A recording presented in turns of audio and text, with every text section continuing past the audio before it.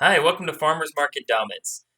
So the goal here is really to explain to you the key elements and tips that have allowed us to really excel at the farmers market to the point where, we're doing $3,000 to $5,000 per week, depending on the week and the weather, etc., selling our products at the farmers market. So really, the farmers market can really be the lifeblood of your business. And I know we've talked about a lot about marketing, and there's a number of different ways we can market our farm products, whether it's doing wholesale to restaurants, grocery stores, doing farmers markets, an on-farm stand, online store. There's a bunch of different ways we can do this, but you can be successful with just one strategy. You don't have to do them all. We've been very successful in the beginning with chefs and restaurants. That's about 90% of our sales prior to the pandemic were directly to chefs and restaurants. Um, but when the pandemic hit, we're forced to kind of pivot. And we started to do a farmer's market. Um, and we started doing an online store. The online store wasn't really getting any traction. And so I went to our local farmers market because the pandemic was here. Restaurants weren't buying from us. I had a freezer full of meat birds. And I said, let me try this farmers market. And I was selling whole birds, whole ducks, meat birds. And that's what I was selling to chefs. And it was doing really well. But when I tried to sell that direct to consumer, it didn't go so well. Think about how many times you've bought a whole duck. I know for me, it's not very often. It's not a regular, staple food that most people eat on a regular basis. Maybe they'll buy a whole duck once or twice a year for a special occasion. That's about it. So I spent that first day at the farmers market locally here, and we stood there. I stood there all day at the farmers market stand, and it was terrible. Like hardly had any sales at all. And I was like, "This is awful. This farmers market thing does not work." But we stuck with it. I kept working on it, figuring out different things that worked, and I stuck with it because I didn't have many other options when restaurants weren't buying. I also built an online store and realized that you can have the best product in the world, the best fanciest website. I spent a lot of money on it, doing the SEO and redesigning it and paying people to do this. But much like a galaxy full of stars, our website was one tiny website on the internet of hundreds of millions of websites. And unless you have people coming to your website, it doesn't do you a lot of good. So really, I said, okay, I gotta figure out this farmers market thing. I gotta make it work. So, so I decided to stick with it. And after a while, things started to click. So instead of selling whole ducks, we started offering different parts. We started offering breast, and we started offering legs and wings. We started parting out our birds. And I found that not only did we sell more product, our total sales for the day were greater, but I also realized when I part that animal out, I can sell the total sum. I can sell each part for a little bit more than I could a whole bird, right? And so the total sum of our revenue was more per animal, per unit when we parted it out. And we also sold more because people were more comfortable buying a pack of breasts or a pack of leg quarters or a pack of wings or a dozen eggs. It just makes things real simple to buy a small piece that they know how to cook and they're comfortable and familiar with. So this made a big difference. And so then we started to build on that. Said, okay, so now we're offering different parts and pieces.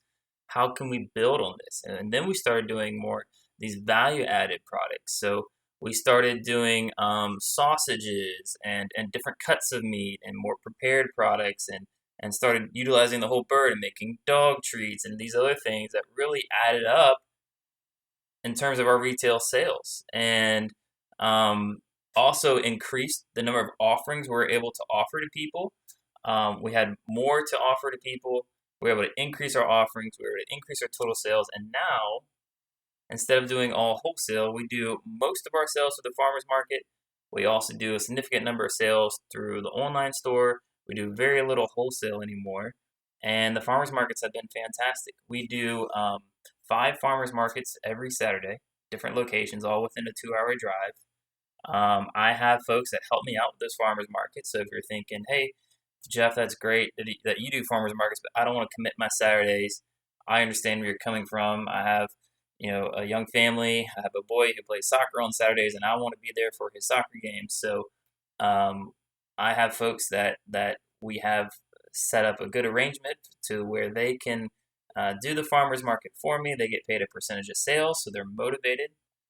They get a commission, so they're bought into the farm, and they're obligated to do well, and they're incentivized to do well at the market, and it's worked really well. Um, so a couple key things I just want to go over here that's really helped us a lot was that like I mentioned, doing some of these other things like offering sausage, and we found that we were doing a duck sausage, a garlic and wine duck sausage at one point during the farmers market, and I was selling it for like $12 a pound, which I thought was insane.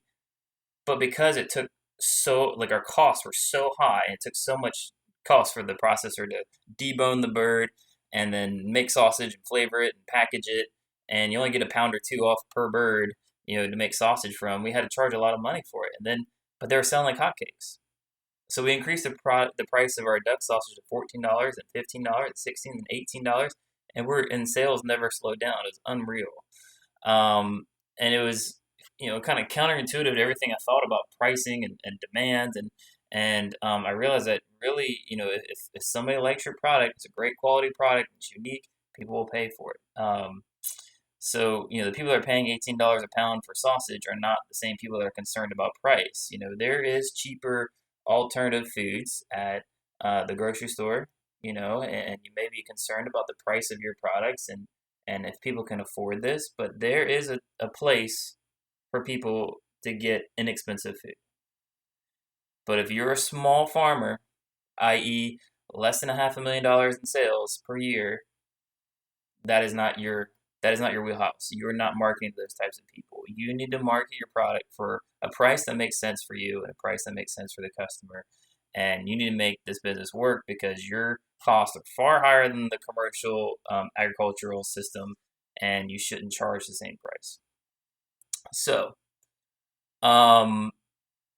couple things I just kind of want to highlight here in this document is one, don't be concerned about price. If you have a unique product and it's a great quality product, people will pay for it. Also, don't, kind of try to make your farm stand out. This is 5 markets now. This is older document. Let me update it. Try to make your farm stand out, your practices stand out. Kind of position yourself different, whether it's regenerative or organic, local, pasture raised, whatever it is you're doing, whatever is your unique selling proposition, make sure you highlight that in your farm stand when you're talking to customers. Tell them the benefits of your product, right? It's great that you're like, hey, if you want to tell people like, we do soil health, we increase soil health, and we, doing great things for the environment, our animals are happy, that's great. But if you can really highlight the benefits, how does that translate to the customer? What's the benefit to the customer from the customer standpoint of buying your food and eating it?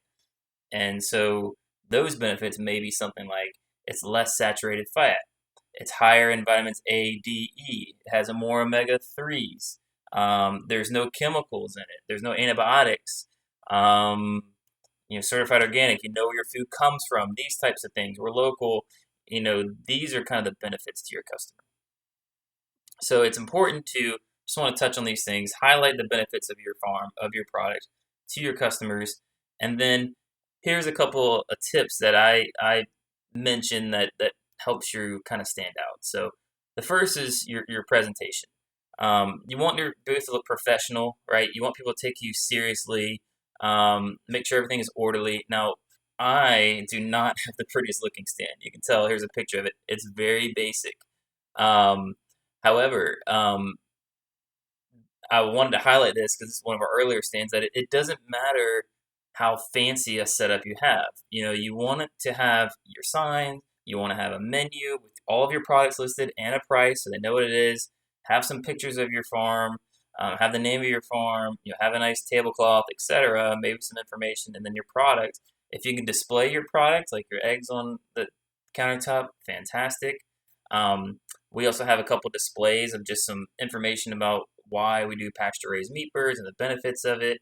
We have our email sign-up list here, and then we have our box here with our cash and Square Reader to take payments. But it's a very simple setup. It's not elaborate at all.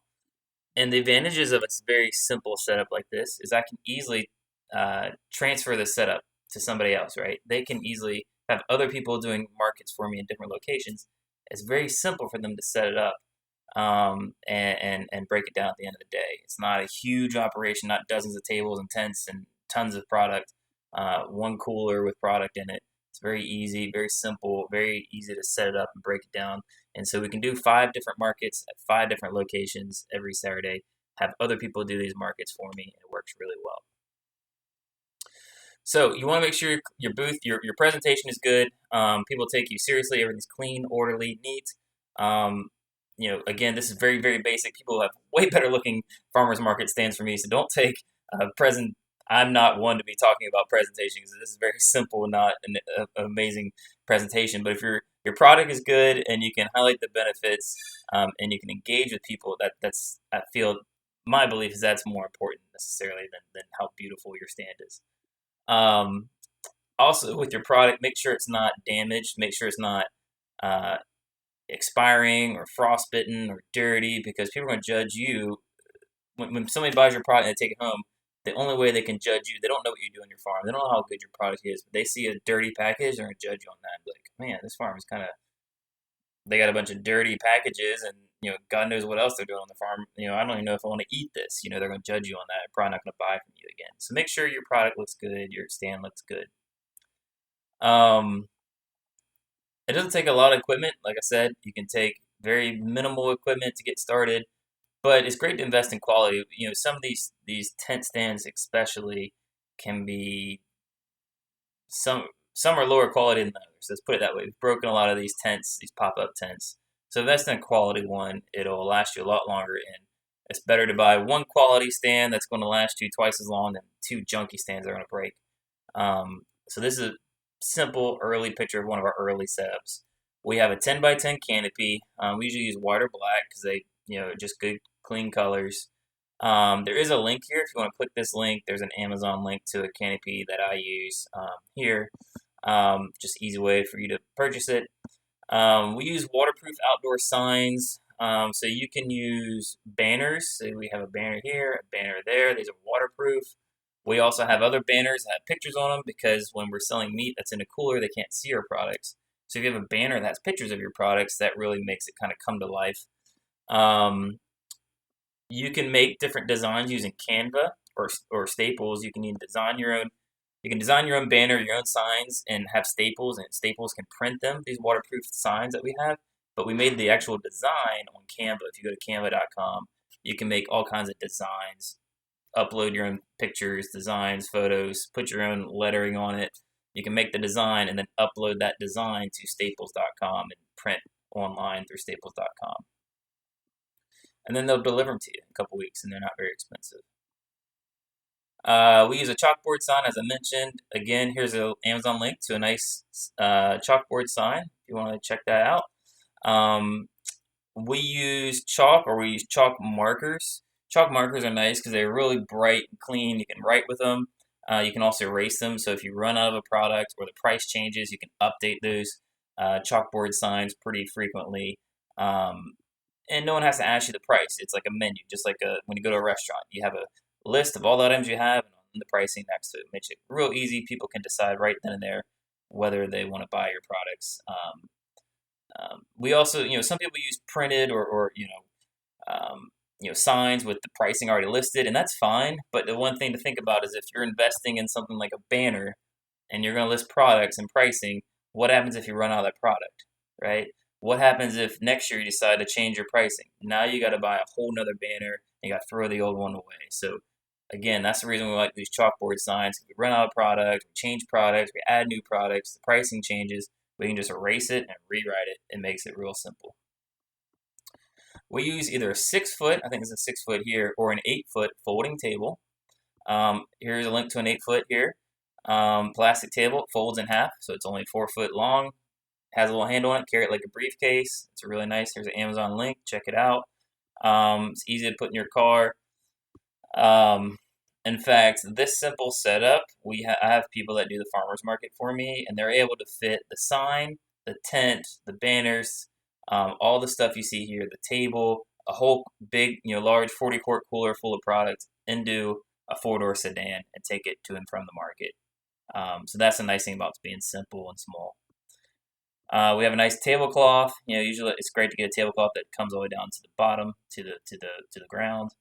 Um, Coolers. So coolers can be tricky, especially if you're selling frozen products in hot weather.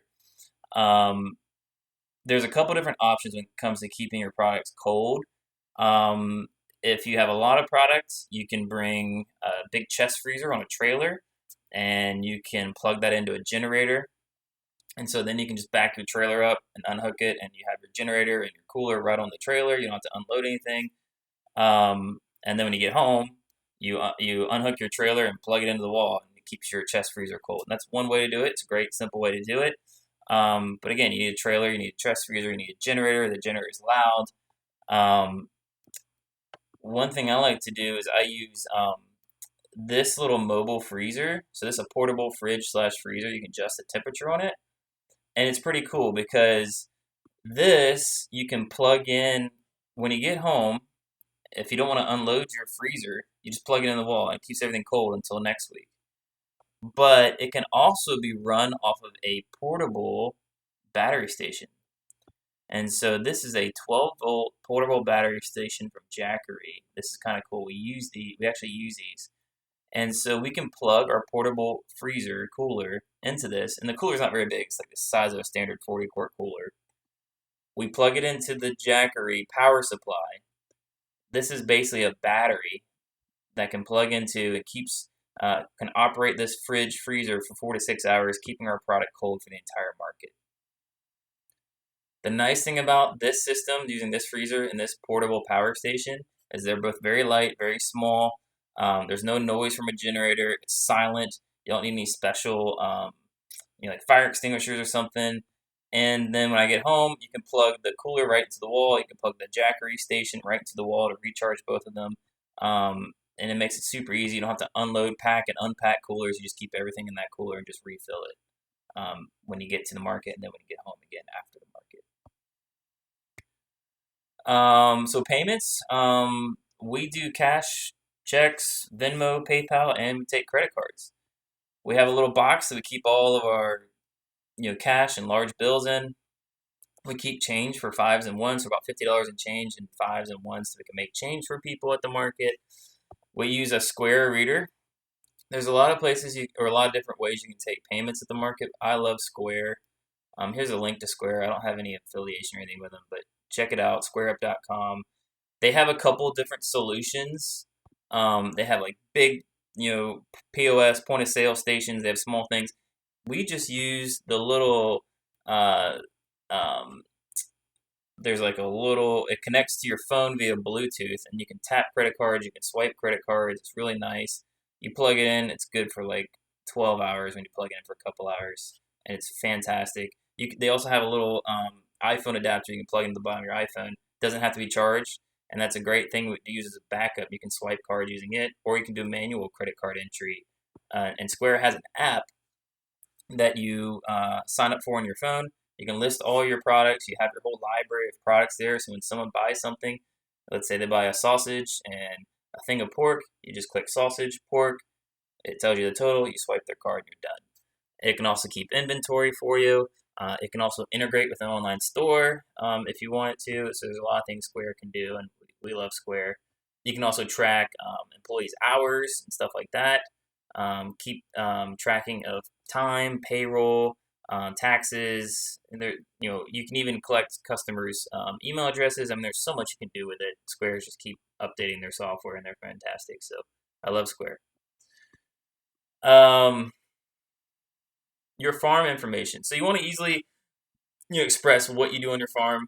We like to have sometimes we'll print little flyers or a little like one pager about our farm, some pictures, what we do, and we hand them out for free. The page, print a little flyer costs like a couple cents, and it's worth handing it out to somebody, and they can take it home with them and remember and see what you do. Has links to our farm website, links to the sign up form, so we can collect their email address, phone number, name. Has our contact information if they have questions, our social media links, and then we also will put a little display on the stand. They can read about us. And as I mentioned before, on our email sign up list, we have a QR code. when they scan that QR code, it says, "Hey, sign up for a 10% off coupon, or sign up for recipes or information to learn about what's going on our farm. Sign up for our newsletter." They sign up. It automatically adds them to our email list, so we can market to them through via email on a regular product on a regular basis. Um, Gives them some kind of coupon or whatever. And the nice thing about the QR code is we don't have to translate all those written down names and email addresses and then type them into our email software provider and try to read those handwritings. Because if you input an email incorrectly to your email software provider and it bounces, it's going to hurt your deliverability rating. So your emails are going to wind up in spam. The other thing you want to do is you want to have an attention grabber, right? So once you've got your booth set up, you've got all your pieces in place. You have to have a way for people to draw them in. 90% of the people at a farmer's market are just walking by, and they kind of glance over, see what you are, and they keep going. They just keep moving. They're out there to just get fresh air, walk the dog, whatever. And unless they know who you are and what you do, they're not really there to grocery shop and stop there and stop in, right? So you gotta have something to grab their attention and bring them in, draw them in, right?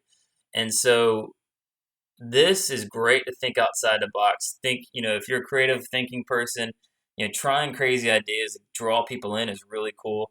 Here's a couple things we've done. So we've actually brought farm animals with us. This is a killer one. So whenever we have like baby chicks on the farm, we'll just set up a little pen, put a handful of baby chicks in there. Everybody sees those baby chicks and comes over and wants to hold them and take pictures with them. And now they're standing right next to you and they start looking at your menu and you tell them about what you do and they're taking photos and it draws a crowd in. And the other interesting thing about the farmer's market is if you have one person or two people come over to the stand, all of a sudden, people are like flies, like drawn to lights, like a moth to a light at night. It's like they see somebody standing at the stand, and then next thing you know, other people coming. It's like, oh, what's going on over there? There's a crowd. There's people over there, and they want to investigate. So if you can draw people in and keep them and hold them near your stand, it's going to draw more people over. It's just like people just congregate where other people are. They're like, oh, curious, what's going on over there? So that's just a little thing wanted to tell you. So we will put a sign up that says we have baby chicks, not for sale, but just for people to kind of hold and take pictures with. We a lot of times, like behind the little structure, the little fencing that I put up for the chicks, or you can use a goat or a lamb or something like that. I'll put the farm sign right behind it, right? So when they're sitting there, like holding the chick, taking a picture, it's got our farm name in the background. Then they post it on social media. It gives us free publicity. So that's another little thing to do. Um, Samples is huge for grabbing people's attention and calling them over and say, "Hey, would you like to try a free sample?" And I'll talk more about this here in a little bit. Pile it high and watch it fly. So this saying holds true in my experience, and this is something I heard. I don't remember where I heard it exactly, but it's so true. And the saying is, if you have a large pile of something, it really helps sell your product better than a small pile. And I don't know why. It's something to do with human psychology. So, like, let's say you're harvesting carrots and you have a huge basket full of carrots and it's overflowing, just a big mound of carrots on the table. People are going to be attracted to that. They're going to want to buy those carrots, right? But if that basket dwindles down and gets really small, for some reason, people don't want to buy it. If you get down to the last couple carrots in the bottom of the basket, people don't want to buy them. They think, oh, those are the bad carrots, the ones people didn't want. Or it's just, I don't know what it is exactly, but as the pile gets smaller, or they don't want to take your last one, maybe it is. Or it could be that, they think, oh, he's only got a couple. This farm is kind of struggling. It doesn't make you look, like you have an abundance of product. So they don't buy it. So it's always great to have a large pile of stuff, so it's best to have like smaller bowls filled up high. As it sells, fill it back up, make sure it's always full and overflowing.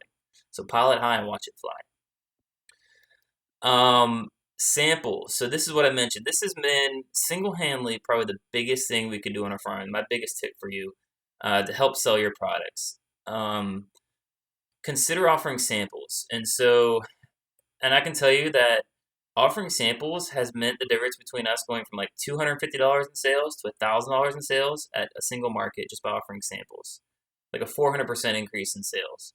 And I know it sounds crazy, and yeah, you're having to give away product, but it's better to give away some product to get a dramatically increase in sales, and to attract more customers and more people that'll buy. And it's also a great conversation starter, right? So instead of standing there behind the stand and going, "Hey guys, good morning," and you watch them walk by, right? "Hey, good morning," and they go, "Hi," and they walk by. You can say, "Hey guys, let's try a sample of some sausage." Free samples, stuff like that. And then they have the like, "Oh," and I say it loudly, and I don't broadcast the message. I talk to an individual, say, "Hey, would you like to try a free sample?" And I say whatever the sample is, right? "Hey, would you like to try a free sample of bread or whatever it is?" And I target that person, but I say it loudly enough that other people around them can hear. And they go, "Oh, he's got free samples of bread," and then they come over, right? And so this beats the heck out of saying, "Hey, come try my stuff. Hey, come over here." Saying a free sample, you're offering them something. And the other component of this is there's a psychology component. When you're giving somebody something for free and not asking for anything in return, they feel indebted to you. They feel like they need to buy from you. So if at the very least we give somebody a sample, a large percentage of them will buy the product or a related product or sit there and talk to us. Or at the very least, a lot of times they'll at least put down their email because you just gave them something, so they feel they have to give you something in return. So offering samples puts more money in your pocket, gets you more sales. Best thing you can do. And I know sometimes that's tricky when you're selling like meat or produce or things like that. But if you can even like figure out a way to like cut that up or offer small slices, small pieces, it is a game changer.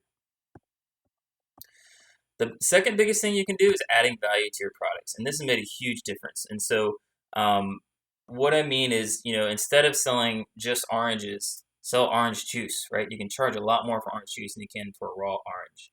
Instead of just selling eggs, sell egg salad, right? If you can make a product that's more ready to eat, that's further along in the scale, you can pay more for it.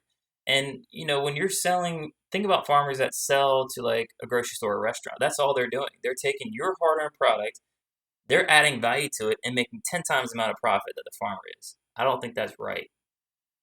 I think farmers should be getting the largest piece of the pie, right? Not the smallest piece. We're doing all the hard work, taking all the risk. Do the value-added products yourself. Don't sell your products to somebody else to mark up and make all the money off your awesome products. Make the products, right? Make egg salad, make orange juice, make sausage, whatever it is, right? Um, and keep the profit for yourself. Sometimes this does require using a commercial kitchen. You need to check with your local, food laws and your regulatory agencies, but it's well worth the effort. I can promise you that. Just by adding value to our products, it's increased our profit margin 700%. So it has a huge effect. Another thing I think is important to think about the farmers market is just thinking that sales is helping people. You're not trying to sell them per se. I look at it as some people don't like that idea of selling someone, but it's offering free advice. I'm there to help, and I say, I talk to folks, say, "Hey, here's how you can cook this," or if somebody asks me if I have turkeys and I'm out of turkeys, I'll recommend the competing farm right down the street. Say, "Oh, I'm out, but they've got turkeys." Because I want to help them. I want to help them get what they want, and they're going to remember that. They're like, "Hey, this guy was really helpful," and hopefully they'll come back. So it's really about just helping people in whatever way we can, not necessarily selling them. So if you approach the farmers market as not trying to sell them, "Hey, buy this, buy that," but more just help them. And great ways to help them is giving them recommendations, how they can cook your product, how they can make your product, how your product can make their lives better. That's helping them. If you have a product and you believe in your product, the quality, here's an aside. If you believe in the quality of your product and you know that this is good for people, that it's healthier for them, that it's better for them, then it's your duty to get them to have that product, to get them to buy that product. It's your duty to tell them about the benefits of your product, that it's healthier for them. That's your job. You shouldn't feel bad about it at all, right? If you know this is better for them than the crap they buy in the grocery store, it's your job to tell them about it. Otherwise, if you don't tell them, they're not going to buy it. They're not going to know, right? And so always be in touch with what the customer needs, what the customer wants. If they're asking for certain things, try to do what you can to accommodate them, but don't go too far and bend over backwards and accommodate every customer. You're not going to please everyone, but pay attention to a lot of things you're hearing from your customers, what they need, and what their recommendations are on how to improve your product. Last thing is, if they can't see it, they won't buy it, right? So if you're selling, this is especially true if you're selling meat, frozen food, that we have to keep in a cooler. It's really hard to display that. You can get like ice cream freezers that have a clear glass, but even then it's kind of hard to see. So what we do, there's a couple ways you can handle this, especially like eggs. You want to keep your eggs cold, but if it's 100 degrees outside, you can't keep all your eggs on the table. They'll get too hot, right? So what we would do is we'll have like a sacrificial dozen eggs, right? One that we just know we're going to sacrifice. We can even use it for multiple markets as long as they don't rot, right?